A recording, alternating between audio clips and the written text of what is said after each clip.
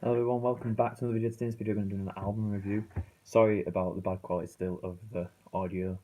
I could do it on my laptop, but the camera quality is actually dreadful. It's like terrible, so it's either bad audio or bad quality, and I can't really tell. And honestly, the audio on the laptop is still pretty bad unless I plugged something in, which I might just realised, so it's kind of too late now, so I'll do it next time. But today we're doing another album review, and today is Elton John's Honky Chateau, which was released in 1972 in May, I think. It's a very good album, very good. There's on the back here, got all the credits. But Nigel Olsen, Elton John, obviously, D Murray, and David Johnston. Um, yeah, I can't see who it's produced by, mixed, but it's dedicated to Catherine Philip Gerard. Don't know who that is. But yeah, it's got the classic song Rocket Man. I think it's gonna be a long, long time. Inside, it's got all the lyrics. That's who's that? I know his name. It's I can't remember his name. Oh my god, what's his name? Oh, Bernie Taupin, that's it. Yeah, it's Bernie Taupin now. And just all the lyrics in there. Nice. I get the record out, but it is the most difficult record to get out and put back in ever. It's so difficult. They're going to go through each track. It was recorded at Strawberry Studios in France and remixed in London. So it starts off with Honky Chateau, a very upbeat track, and it's maybe outdoes its welcome a little bit by being a little too long, but it's very catchy. So it's got good lyrics, and it kind of just makes you think about the film Rocket Man. That scene, because that's a pretty good scene actually. Um, but yeah, it's a decent track. It's a good opener. It's better than some of the other stuff that he did, like on Blue Moves, stuff like that. So it's very good. Um, mellow.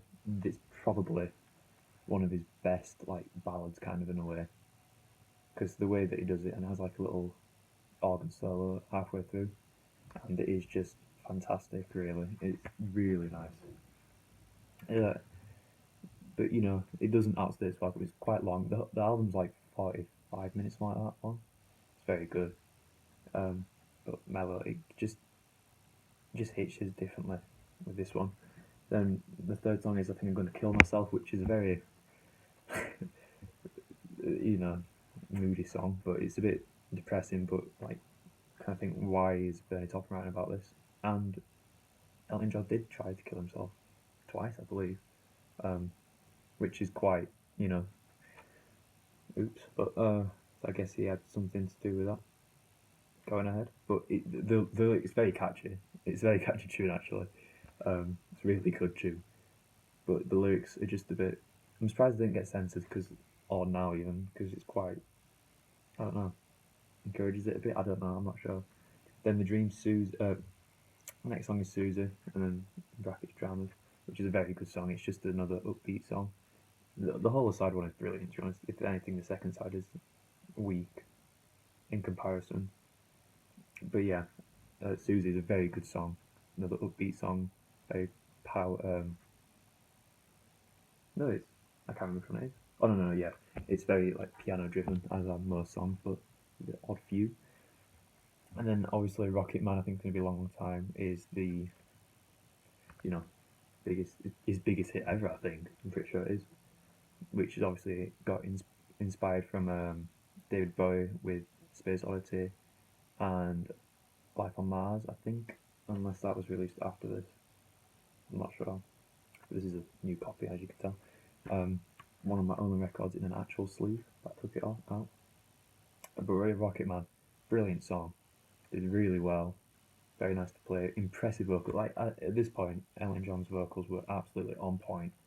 They were brilliant. It's a shame that in the 80s he had to get surgery on it stuff, so they couldn't do it the same again. But still brilliant, brilliant album. As in like first side. And move on to second side, which starts off with Salvation, which is another good song. One of the weakest tracks on the album, but it's decent. It's basically it feels like a filler really. Like on many Elton John albums, they have the really good songs, but then there's also the fillers as well that always kind of knock it down a bit, that never go too well. But it's a decent track still. Then it goes on Slave, which is more acoustic based and driven, which is good because it diversity and stuff on this. Because sometimes, obviously, when you listen to Elton John, you're gonna get piano, obviously, but sometimes it's just nice to have a bit of a change. And the thing is, I feel like in his 80s albums and stuff, they all kind of sound the same with all the tracks. They're always the same kind of format or like all that stuff. Whereas back then it was just different. Um, but that's Live anyway. Then Amy is probably the weakest track. It kind of feels like an instrumental at first, even though it's not. Um, but it's probably the weakest track. Then Mona Lisa and Mad Hatters is a very nice song. It's about 5 minutes. It's just the lyrics are probably the best part of this song, and Elton's music just complements it brilliantly. They sing it really well. He sings it really well, and it's just another perfect track. So album, even though it goes quite low on the rankings, only because of the other great songs on this album. Um, then the final track is Hercules, which obviously it's his middle name, well legally, because he changed it to Elton Hercules John. Don't know why he changed. Don't know why his forename as a surname, but don't know why he called himself John Elton, but yeah, Hercules. It's a very nice track. Again, got a lot of guitar and like acoustic in. It's quite nice. Maybe I stayed its welcome a little bit by being a bit too long, but it's very nice overall. It's very good. Very nice ending. Obviously, the second side is, well, the first side's superior to the second side. So overall, I give the album an 8 out of 10, to be honest. Just because of the two songs, Amy and Salvation, they're just not as good as everything else. So I'm going to rank them now. There's 10 songs, I'm pretty sure. 1, 2, 5, 6, 7, yeah, there's 10. So number 10 is Amy with a 6 out of 10. Number 9 is Salvation with a 7 out of 10. Number 8 is Mona Lisa and Mad Hatters with a 7 out of 10. Number 7, Slave with a 7 out of 10. Number 6, Susie, brackets dramas, 8 out of 10. That's number 6. Number 5 is Mellow, which, oh no, I put Mellow twice, I did. I think it was Susie and then, oh, it was Hercules, sorry, I meant to put Hercules there. It was Hercules at number 5 with an 8 out of 10. Then number 4 is Honky Cat with an 8 out of 10. Number 3 is I Think I'm Gonna Kill Myself with an 8 out of 10. Number 2 is Mellow with a 9 out of 10. I was confused because I knew I ranked Mellow really high because I love it. So number 2 is Mellow with a 9 out of 10, and number 1 is Rocket Man with a 10 out of 10, obviously. It is just the best track on the album. It's the highlight of it, to be honest. But the highlights are Rocket Man and Mellow. So it's just brilliant. Every time it comes on, it's just brilliant. Like, you just love Mellow. But I don't know if that's just me that loves Mellow a lot, or if everyone else does. Leave in the comments if you do. But yeah, 8 out of 10 album. Definitely go listen to it if you haven't already. Don't be put off by the second side. It's still a brilliant album.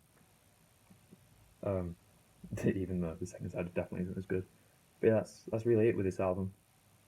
Then later on he went to do Goodbye Electric Road and Blue Moves and all the others that I can't remember the names of, but I can picture them in my mind. But you know what I mean. So yeah, don't forget to leave a like and a comment and subscribe and put your views down on this album down in the comment section below. And thank you for watching, and goodbye.